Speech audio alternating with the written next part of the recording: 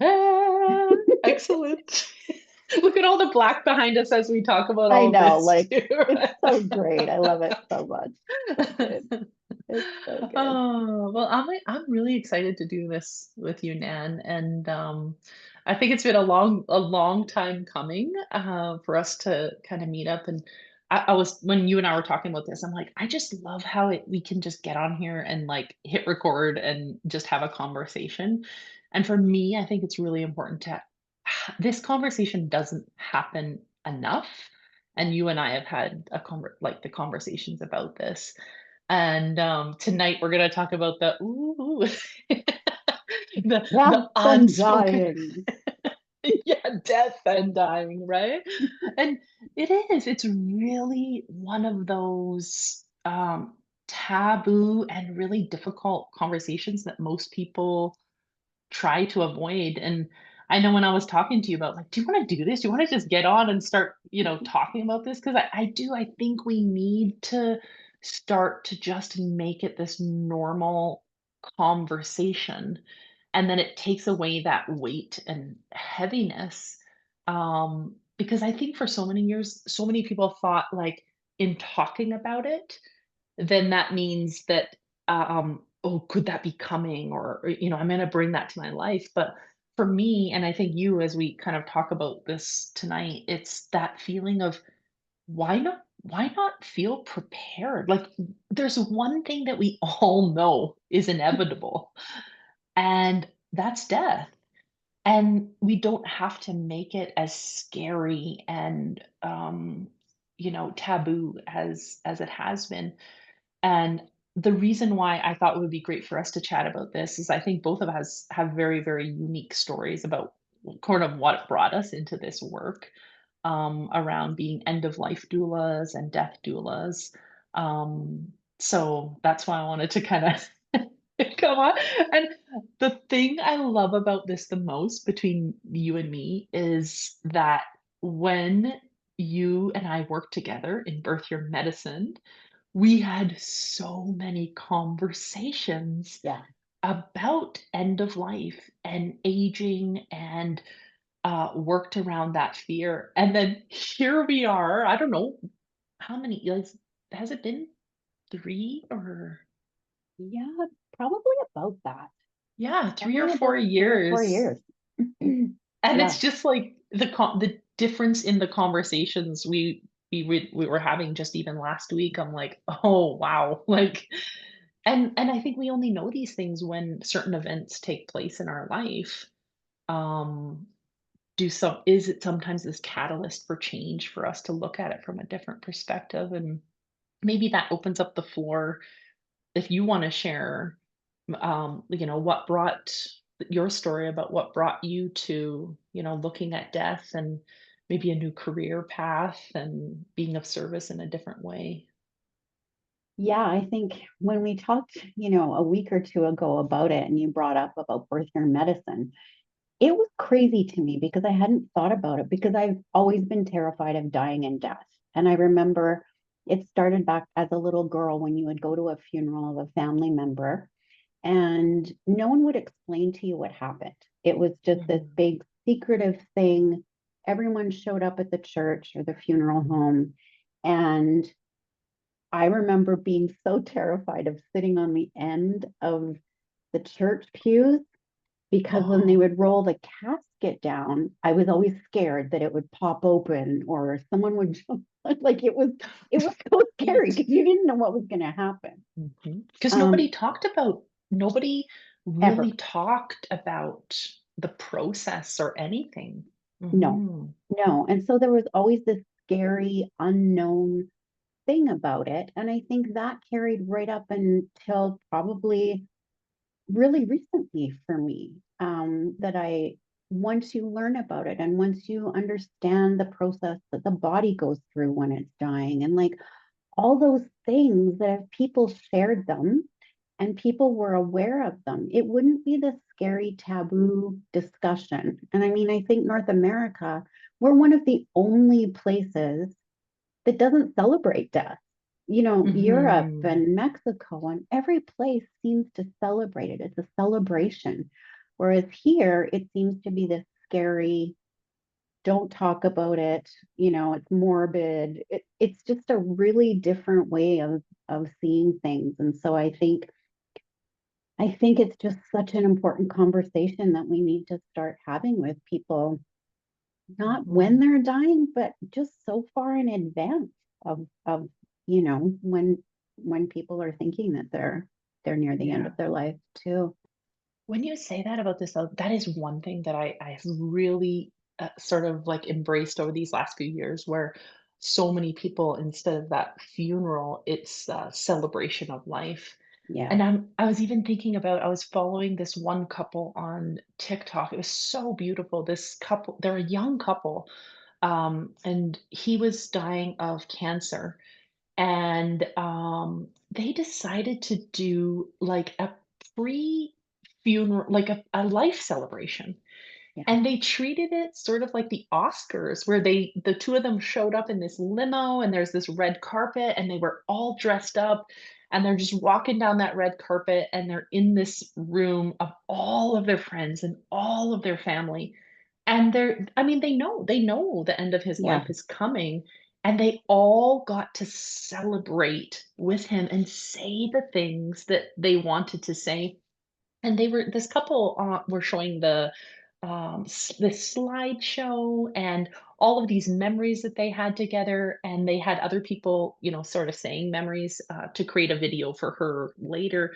And I just thought, wow, wow, this is beautiful, beautiful. She was actually, pregnant at the time, and, I even thought, wow, like, if he does pass before this baby is born, here's also these memories of this celebration, like, look who your father impacted in his life, mm, versus waiting until he does pass and then, having, um having everyone say those things once you're gone. I think it's important for the living, to be celebrated in that way, knowing that they might not be here.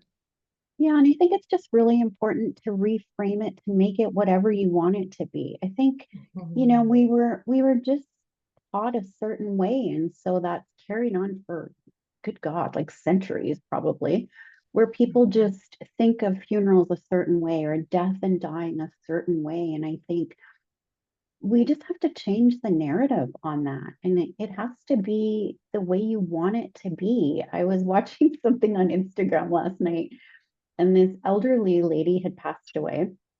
And the funeral director was showing the things that she was being buried with. She had a huge sun hat, sunglasses, a purse filled with all her things, like Kleenex, candy, her phone, like all these things that she was going to take with her. Going on a Fuzzy. trip. Yep, she was going on a trip and she was taking all her stuff, fuzzy pink slippers, her favorite shirt that had like this crazy saying on it, pair of jeans, like. And why don't Mhm. we think of it that way? It doesn't have to be we all dress in black and you have to be dressed a certain way. Like, I think that's what makes it so hard for people, is that because we don't all fit in that same box, Mhm. we need to think outside of the box, even when it comes to death and dying. It's just so important. Yeah, and that personalization of it, Yeah. right? Is to be able to remember that person the way they actually were, like that Yeah. funky dresser, or, she Hmm. always had her red lipstick, or, Yeah. whatever that may be, but it's still them, versus, yeah, they lived their life in this way, and then all of a sudden you have this person in, wearing this black dress, it's like, well, that's not even who Yeah. she was, or, what she so I think oftentimes we think that we need to start to think about these things and talk about these things, and it comes to the surface as we get older, Hmm. but it's okay to start talking about these things and just putting them out there, because it's less and less scary when it's like we've had that conversation. I remember hearing, the Emily cave that her husband had passed away during COVID, and she wasn't able to, and they had just been married for like a year or something. And I remember listening to her story about how they had just been watching Grey's Anatomy one night, and there was this episode about like what would you want? You know, it was a couple on the show, which sparked the conversation between the two of them, not even knowing what was going to happen in the future, but they just had this little conversation with each other. Well, what would you want? What would you want? And you know, sadly, she found herself in a situation where that conversation was, you know, for her to know what her husband actually wanted in the case of death. Sure. And I think instead of, um, you know, thinking like, "Oh, I better not, you know, better not say that to my kids, or I better not, I don't wanna bring that subject up," like, let's just make it part of conversation so that Yeah. people know they're not in a predicament where they have to guess what you Yes. would have wanted as Yeah. well. Yeah. Um, Absolutely. do you wanna share a little bit about, like, your journey, of what sparked, you know, you sort of starting to, like, look at, this differently? Yeah. So I was an interior designer for almost 18 years and just found myself burning out, just really in serious burnout, and didn't really know what it was until I kind of started doing some research. Mm. Um, and then back in October, I lost my soul dog, I call her, Darby. And it just took me down this really weird path. And I always say that she had guided me into this career for sure. Because every time I would sort of start to look at grief and different resources, trying to find different resources about how to deal with her death, end of life doula kept popping up. Like it was Instagram and it was like on websites and it was the weirdest thing because I was just like, this is bizarre. Like this, I have no interest in this whatsoever. So then I had done a meditation and it just kept coming up. Like you need to research this end of life doula thing. I was like, all right, Thanks, whatever. Derby. All right, thank you, ma'am. And so I was like, all right, whatever, we'll take a look at it. And so the more I researched it and the more I looked into it, the more it just seemed to be, it just resonated so much with me. Um, and I thought, you know what? If I don't do anything with it, at least I'll have learned a bunch of things for me personally and how Mm. to plan for my death and what to do kind of thing. And so I took some training. I took my training and yeah, it just I truly believe that this is what my soul was meant to do. Mhm. Every experience, every connection, every relationship, I think it all has brought me full circle Yeah. to this actual moment. Oh. Yeah, so it's been crazy. And every time I try to like, what are you doing? Like, what are you even doing? This is so bizarre. Every time I think something like that, I'll get a nudge to like call this person or a nudge to go do this research. And so she's not letting me go off the path at all. She's making me, and I almost quit. I almost quit my program and thought, you know what? Mm. I'm just not sure that this is for me. Yeah. Um, and and I'm really glad I didn't because, like I say, I do feel this is my soul's calling. I think it's just something that is so incredibly important. And I want to be a trailblazer for this. I'm so passionate about it. And I think, I was so passionate about design for the longest time. Mhm. Um, and I think it's right up there. It's right up there with how I felt when I was doing design. So Mhm. yeah, Yeah. I yeah, I and I always feel like, you know, these it's oftentimes these things that are these catalysts for us to make this change. And, you know, you having that relationship with Darby for how many? 15 years. 15 years, Mhm. right? And so she was a huge integral part of your life. And I Yeah, know, when she was, not feeling well and she was getting ill, and, you would reach out to me, and I would do some of the energetic journeys, right? It's like yeah, they are that, like you said, that spirit guide that yeah. it's like, here's what I'm here to help you sort of honor and be of service, and guide you where you need to go. And you and I have talked about this, is that I really do think that this is also an area where it's been so overlooked when it comes to death and dying. And because people have these deep relationships with their pets, Yeah. and then when it comes to end of life, they don't really even know where to turn, Mhm. because this is such a new way of thinking. Yeah. And I've heard some amazing stories from people that it's just, it's different. It's like having, they're having to maybe make the decision to put their family pet down, and just having that person come and do it at their house, and allow them. It's different than it used to be, where they just Yeah. take the pet away, do the thing, and Yeah. now it's like people actually want their pets to know that I'm not abandoning you in this moment at the Mhm. end of your life. I'm with you. And you having this experience, your own experience with Darby, um, gives you this whole experience of being able to go, oh, okay, this was what was missing for Yeah. me. This is what I would have liked to have, and then be able to create that for other people as Yeah. well. Well, and I think too, it's just like people. When you don't know what to expect when they're transitioning or when they're dying, it's just scary. And I think Mhm. because of her age, there was such a huge, like it was years of anticipatory grief, I feel, with her because you Mm. know it's coming, you just don't know when.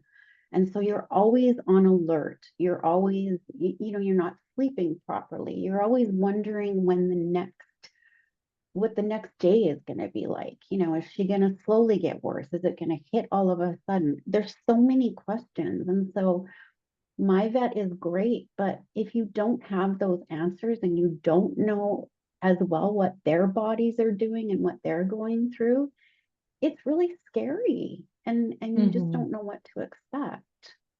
Yeah. And I think that's where it's important to have people like you and I, whether it be that support with, pets, or whether that be support with, family members, is that you're just there to be of support Yeah. when they are going through something that is probably one of the most difficult things in their life. And their nervous system is, it's difficult for people to make decisions at that time. And so for people like you and me to be able to step in and go, let me hold this space for you, or let me offer this resource for you, because I'm not in the same, nervous system. I'm not in the situation. I can Yeah. actually be outside of that situation, and offer those things. And that's even like for me, there's so many things that brought me. I honestly feel, and this from me talking about this in Birth Your Medicine. I often feel like my life came at a time in my family where death was so prominent, and so it's always been a theme within my life. And I just saw it within my family on how much sort of chaos and destruction and things that took place, because there wasn't that support system there. Back in the 70s, I mean, they never talked about those things. These were Mhm. these things I was like, shh, don't talk about that, and I for me, I was like, I don't know, it just never ever made sense to me. I loved the cultures who often talked about their ancestors and still Yeah. celebrated their ancestors. And I'll never forget this moment. I was like sitting in the church, and the um, pastor, I think, was talking about my great great grandma. And he was talking about, like, oh, her suffering is now ended. And she was suffering, and now she's no longer suffering. And I remember sitting in those pews and just looking and being like, who's he talking about? Because, like, like, she was not suffering, like, Yeah, she had aged, she had yes, she had medical illness, and she had medical things in her life, but this was not a life of suffering, and I wanted to celebrate who she was, like, the food that she made and all this I have so many memories of her, but to sit there and just hear that, like, her life, was suffering and then it ended, it's like, no, I don't know, I feel like there was these pinnacle moments in my life where I realized, like, no, something needs to be different.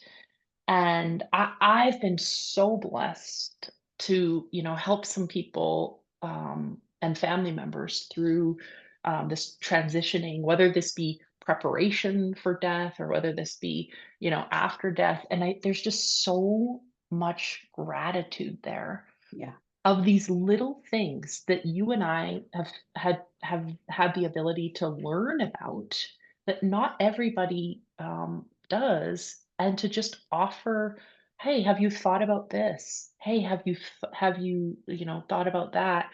And then to just be like, "Wow, no, yeah, we never thought about that."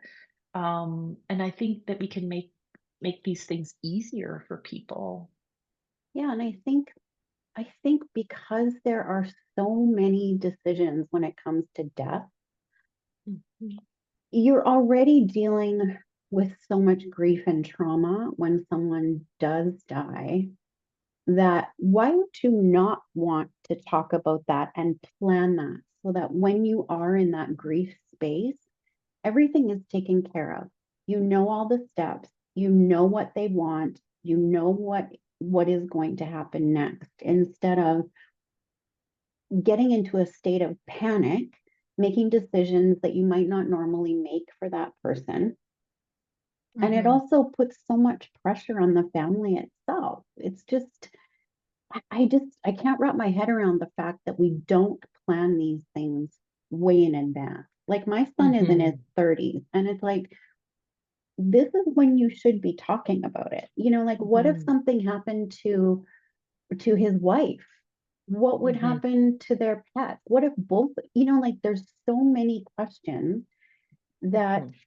they can answer now, that if they got an illness or if something tragically happened and you can't make those decisions, then what?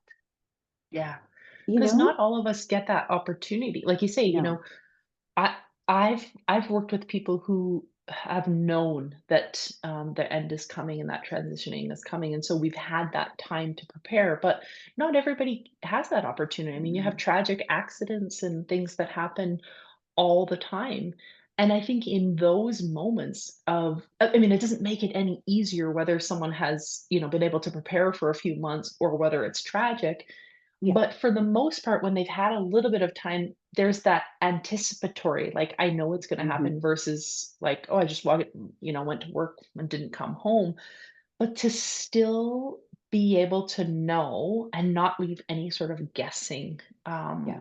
for people, I think is and I mean, there's so for me, I truly, truly believe that every human being really just wants to know that they mattered, that Hmm. their life mattered. And so I feel like if we can create that legacy, then after the fact, they'll be celebrated and Yeah. they'll know that they mattered. Yeah. And sometimes it's just those little stories or I have had the opportunity to work with a family who had this woman didn't have any grandchildren yet, and so her girls worked with her to create that legacy so that when they did have kids, that their kids would have the opportunity to hear her voice and Oh, I love that. read this, hear the same stories that she read to her own daughters and, turn certain items into special things for, and that. maybe she won't be there in that physical presence, but they're gonna be able to talk about her and show her Yeah. and let them hear her voice.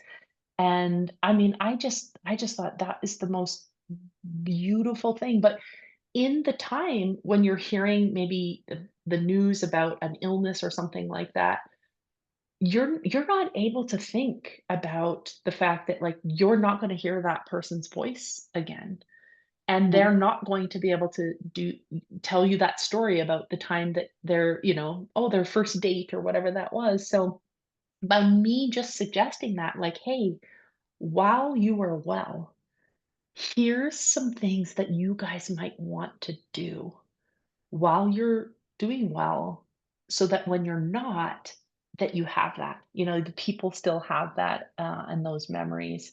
And, I'm still in contact with that family now, and, Aw. I just know that like, those things, those suggestions are just really, really important, to people too. Oh, yeah, and I think that legacy planning is just something that is it's beautiful, and as much as we hate our phones and, like, all the technology and stuff, the beauty of that is you can do voice recordings, and you can have those Mhm. amazing things and, write notes for different things that they're gonna experience in their life and, like, little love letters, and I think it's just such a Yeah. beautiful thing, all of that planning, it's so beautiful, it doesn't have to be scary and, something creepy. It can be something really beautiful and it just Mhm. involves the whole family. I think interesting on another topic about this, and maybe you can speak to this. I know that this is new for you. I've been lucky to work in that cancer field for a long time, so I've seen some, and sometimes death can bring a lot of dysfunction, to Mm, families.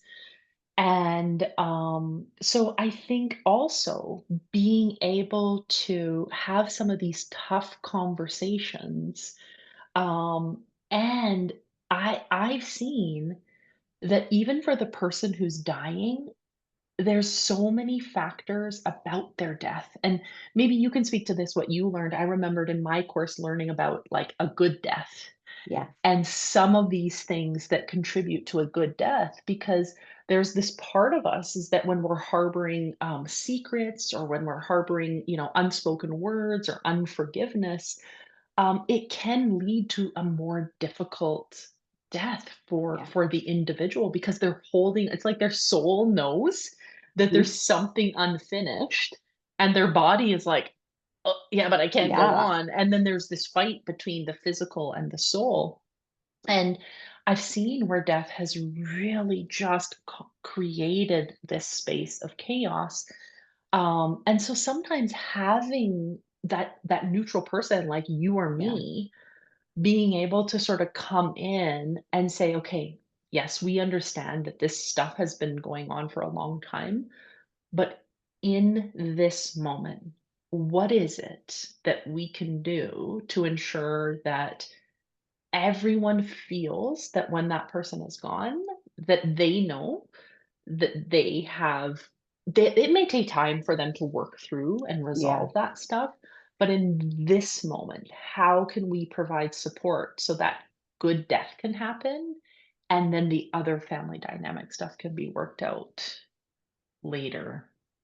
Yeah, and I think too that a lot of the times it's a go-between, like you're a go-between between maybe there are, you know, things within the family that someone isn't talking to this person or whatever. And I think the beauty of what we do is you can be that person that can go between maybe the person Mhm. dying and some family members that don't really speak to this person. So I think you're totally right. And I think, yeah, you've had so much experience in that too, from what you've done all this time, seeing the chaos that can be family dynamics and how all that works too. And so I think I think it's just such a cool way of helping not only the family, but the person that's dying as well. Like it can really be anything you want it to be. I mean, I love that it's such a custom thing and it's completely different from one person to the next. It's not a cookie cutter, formula, because everyone is different, and it should be different. It should be Yeah. different for everybody. And it is so different in families. You have some people who pass away and they're like, "Nope, I don't want anything. Like, I don't want a service. I don't want a Yeah. celebration of life. I don't want to." And I think years ago, there may have been this mentality of like, well, the funeral and stuff is for the people who are left. Yes. But I think that even that mentality has changed, a little bit in that sense of how can I honor that that person doesn't want anything, but then how can we celebrate it in a way where we get to feel like we're celebrating, but still honoring that person. And I Yeah. think for us, we can have those sort of conversations because it's hard for people when they're like, well, we want to do something to celebrate, Yeah. but he or she has said they don't want anything. It's like, well, then if they didn't want it to be a public thing, how can you guys still do something? What was that person's favorite thing to do? Maybe that's their favorite restaurant. And Yeah. there's just the most intimate people going out and telling stories. And that can be the celebration, that it doesn't have to be this big, public thing.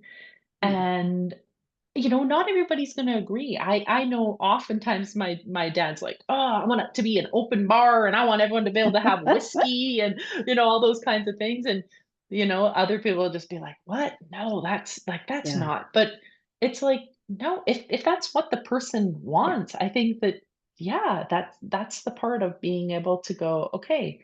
And if other families members need something else in order to honor that person, Yeah. how can we be of support to go, yeah, Yeah. that's also an option.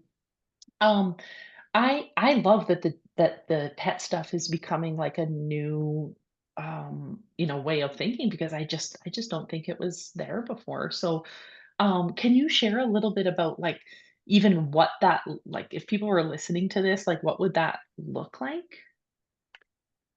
Yeah. I think the beautiful thing about it is I've often heard from people that the death of a pet seems to be worse sometimes than the death of a person. And I think the Mm, reason for that is that they love you unconditionally. They're a companion through everything. It doesn't matter. They don't judge you. There's no judgment. And so I think a lot of the time we don't realize how deep that loss is. And so I think I think it can be beautiful too, just like with people. I think it's a great way to plan what will we do when our pet goes? How do we mhm, want to see them towards the end? Do we want to bury them in a certain place? Do we want flowers? Do we want music? Do we want to light candles? Will it be, like I don't think there's any limitation on it just because it's a pet. And I mhm, think it's so hard because part of the part of the problem I think is that people don't understand pet loss. And mhm. I know growing up it was like, well, it's just a dog. Like we'll get another dog on the weekend. Like, what the hell are you talking This about? is Like what? this farm mentality. I remember Mentality. I come home from school, my parents are like, "Oh, yep, looks like Mandy ran Mm. away," and you're like, "What? Just ran away?" And you later What? come to learn that like just means they're not coming back. Right. It's so bizarre. And so um I think we can do the same thing for our pets. And I think we should be because they're such a crucial part of our lives that I think we should be honoring them and we should be, giving them that extra attention towards the end of the life, just like we do when they're puppies and we're constantly, with them and they're taking up all our time. I think that should carry right through to the very end too. And so I think honoring them in special ways and um I think it's so unlimited. I think we can just do so many beautiful things to honor them. Um Mhm. so I think it should be just as much as it is that we do with people as well. And I think the grief is different for people around pet loss. I've had a Mhm. few clients in my practice, and they find it really hard to express to people, especially if people don't have that same relationship Yeah, with their pets. And you know, they've dedicated. I've met some of my clients who've really dedicated their life to, going to work and then coming home and then yeah, feeding and walking, and so their life has real like it's just been part of it's a routine. It's like to them it's like a child, they've put yeah, just as much devotion into, and then all of a sudden their purpose, like th that was their purpose to keep that, pet alive and yeah, connected and healthy, and then they're gone, yeah, and it's like, "Oh, well, I feel guilty going out for drinks after work because, like, I've out for years, I just been going home saying no to those things to go home and look after, my pet," and I know one client, she was saying, like, "I feel like people, like, downplay," she's like, "I feel like I could just cry at any moment, but I feel like I have to hold it together because I'm like." She said nobody has ever said it like, "Oh, it's just a dog or it's just your pet," but she said yeah. she You feel feels it. that it's like you almost have to go like, "Okay, well, it's already been 2 months now, so Yeah, therefore I should be over it." yeah, So I think in just having people like you who are, who understand it because 'cause you've been through it, mhm, and you are connected to some of these other resources to know that, like, they're not alone in this, yeah, and to be able to have these actual, conversations, whether it be with kids. I mean, death of pets is probably the number one introduction to death to to death, kids, and how we approach that subject with kids around the loss of a pet is going to be an integral way of yeah, the way their relationship with death as they get older. And kids are so smart. They don't want to be lied to. They want yeah, the truth, and they want to be able to know that like everything is going to be okay, not just, oh, they ran away, or, "Oh, they went to the vet today and they just didn't come home." It's like, "No, let's make this a yeah, space of normalization to be able to say goodbye and not have that pet, feel alone in those moments of their transition, just like we would a loved one." percent. Yeah, for sure. And Yeah. I think it's so interesting that you say that because you're right. As kids, I know when I look back on when I was younger, just like you, they just disappeared and no one told you what happened or where they went or anything. And so you carry that throughout your life and it carries through to when people die as well. So, Mhm. you don't know how to process that grief and you hold it in because you have never dealt with it. And so that Mhm. then just continues throughout your life with unresolved grief. Um, Mhm. so I think, there's so many books for kids. And I think too, like including them in things, just exactly like you said. Um, they're smart and they want to know. And when they have an answer, then they can move forward. But it's the Yeah. not knowing that becomes the problem for them for sure. And I think, Yeah. involving them in the ceremonies and, in different things that it's so important. It's so important. Yeah. I love that you brought that up because I think for you and me, ceremony and ritual is so important. Yeah. And I feel so grateful for the training that I have around, being able to do some of these journeys, helping, people that do feel that they can't transition, and helping through some of those energetic journeys. And then after they pass, being able to, do some of these journeys to help them on the other side, and to give some relief to knowing. Like, I remember that moment when you were just like, I just need to know Oh, that she's okay, right? And I remember doing that journey to her and, just some of the messages that she gave you that peace that like, okay, like yeah, she's always going to be with me, but I know now that she's okay. okay. And those ceremonies and rituals are so important. I want you to talk about like your candle. Like I think I mean, it was even your first candle Yeah, that you created, came from this as well. But um, maybe just even it doesn't have to be elaborate, just that no.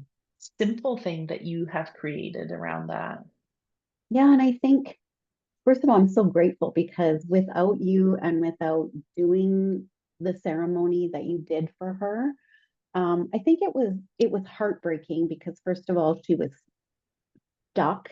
Like we didn't, like she was Mhm. kind of resting and Yeah. not having those answers, I think was the worst part. Again, it's the not knowing. Um, so I'm forever grateful for the support that you gave me, and I think that's so important for people to know that that's available as well. Mhm. Um, yeah, the candle was kind of a it started with my grandma, and so I did a candle in honor of her because she was kind of almost a mom to me. And so I always remember the smell of her perfume. And it was kind of a mix of rose, which I hated, but I learned to love. It was kind of a mix of like butterscotch lifesavers from the purse and like rose perfume, which the Every candle grandma's didn't smell dream. like that. But that's how that started. And I know for Darby, I did a candle too, and I called it Comfort. And for me, as you know, ritual is so important, and you and I have created so many of those beautiful rituals together. And for me, that has become such an important part of the grieving process for me. And when I'm struggling, when I'm feeling I can't feel her or I'm missing her, especially that day, what I'll do is I'll light that candle and sit quietly and just take in the smell, and it reminds me of her, and so that's Mm. the way I can connect with her. And I think that candle has just been so important for me. And I recently worked with a gentleman who his wife had passed away from cancer, and he too was feeling that he wasn't connecting with her. He had lost the Mhm. connection, and it was devastating for him. So we used the candle, and he would light it in the morning and say good morning to her, just as if they did Mm. every other time when she was alive. And then he would blow it out and say goodbye to her, as he went to work. And then he would do the same thing again when he got home. He would light the Mm. candle, tell her how his day was, and talk to her just as if she was there. Um, and then he would blow it out at night and say goodnight to her. And it was one of those things that is so simple. It doesn't take a lot of time. And it might take, he might have that candle on all day. If he's around, he might blow it out at certain times. But it's just that subtle, gentle way of him being able to connect with her in his own way. And so just something as simple as a candle can just be so helpful in the process too. Yeah. And that gives me goosebumps when you tell me because I just think it's like, everybody has such busy lives and I Yeah. hear that same thing from people, right? It's like, well, Hmm. they haven't came to me yet or I don't feel them anymore or I haven't dreamt about and it's like just something as simple as that.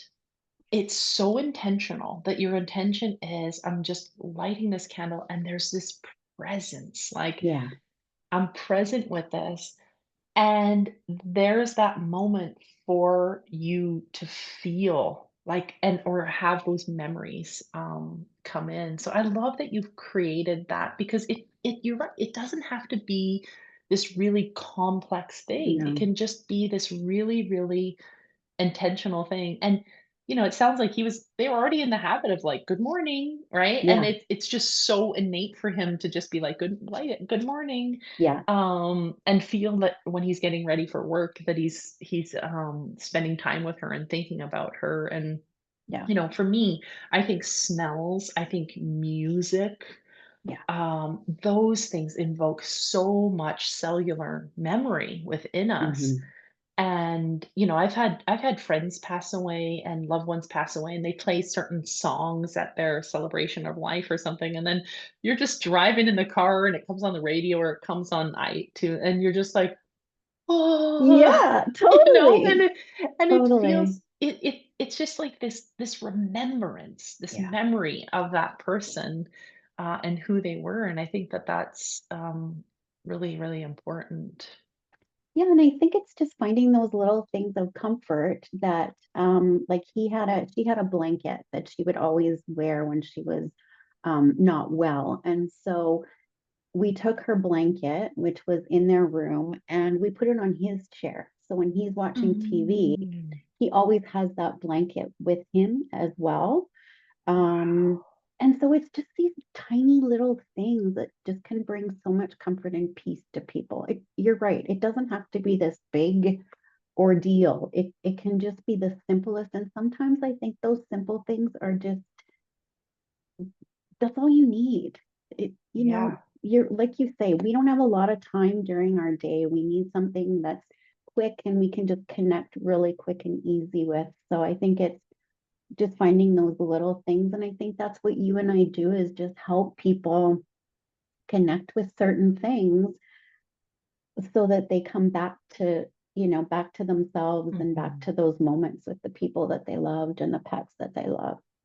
Mhm. Yeah. And I love that you're taking, people might think like, okay, interior design and then, end of life doula, pet life, human life doula is like, what? How does that But it's like those are those little things. Like you are an expert. I mean, it is your medicine to be able Yeah. to create space. You've always done such a beautiful job with that. And just that simple little like, hey, here's putting it on there Hmm. that it's like it's actually changing the consciousness of the space. He's there watching Yeah. TV with this memory of her. And I know for me, like I was so grateful to have, I mean, my great great grandma was 109 when she Oh, passed wow. away.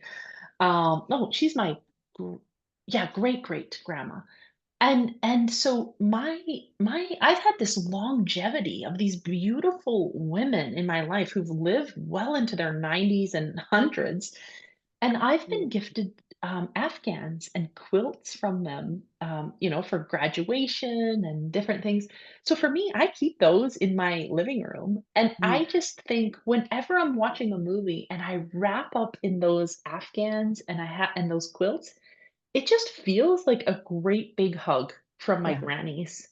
Yeah. And, it's sometimes just those little tiny things Hmm. that we can connect to and just have in our everyday life. Yeah. And I think that's what sets you apart of being able to like your services to people, is also having that expertise in how can we create a space for this person when they're passing to feel like they're Hmm. in a space that they feel safe to transition, and two, after, how do we continue to create that space so they feel like they're there and, still part of our life.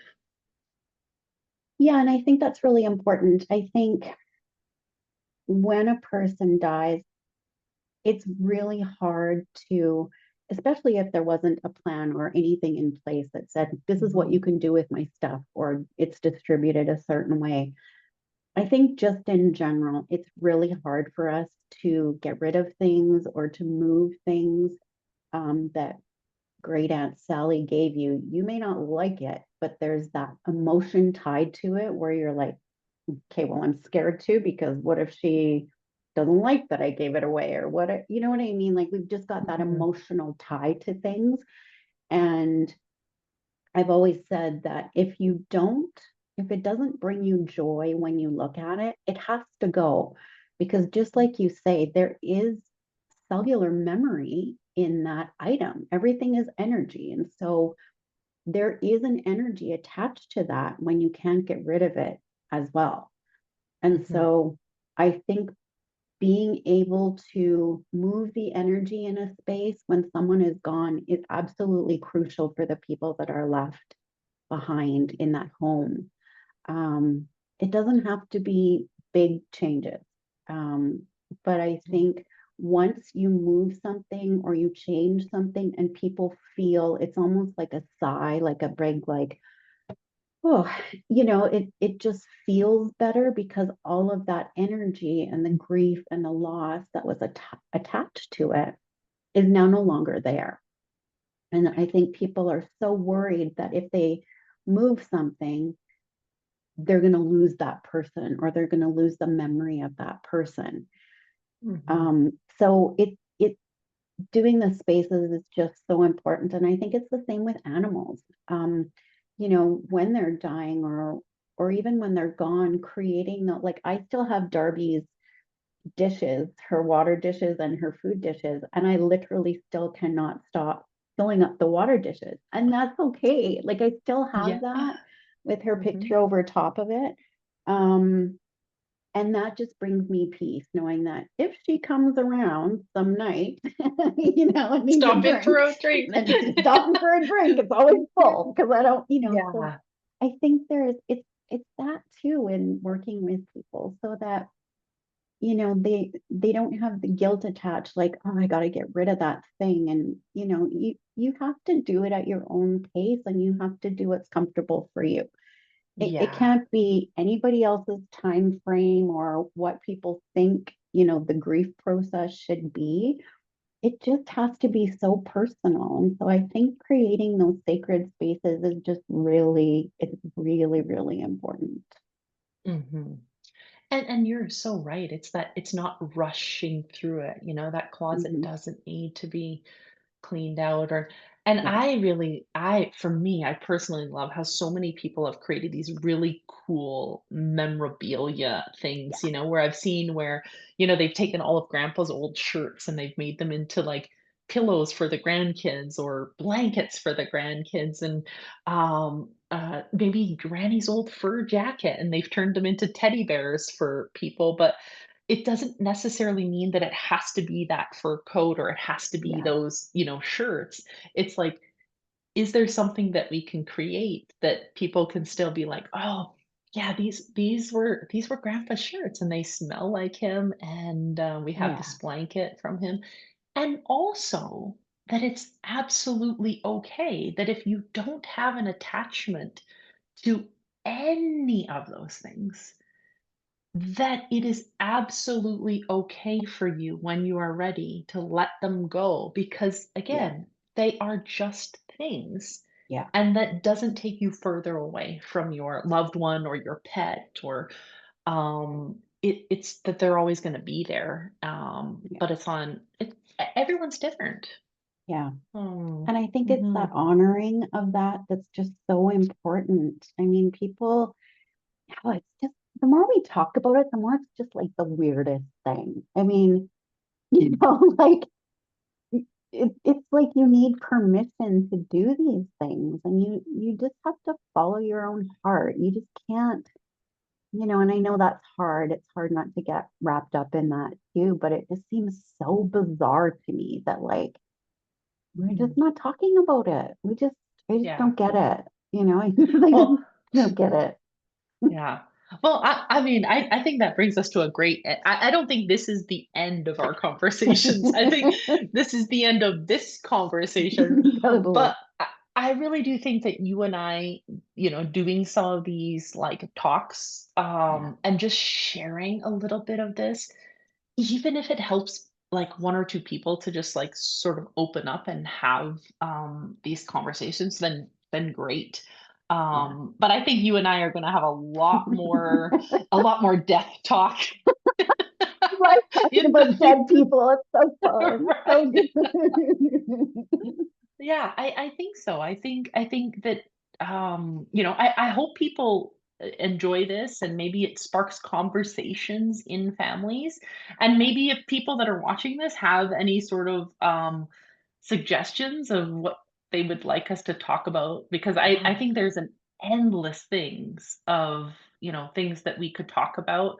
And I know a few years ago I did a little bit of a free master class of like what even a death doula is. And so, Ooh. maybe you and I pop on and talk about the when we talk about pre-planning, or what does that Yeah. even look like, or resources. So I look forward to having more More dead people conversation. talk.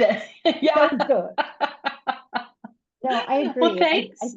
Yeah, Mm. I agree. I'm so grateful that we got to hang out today, and I think it's, yeah, I think there's a lot more that we can talk about. So I look forward to Yes. it. Excellent.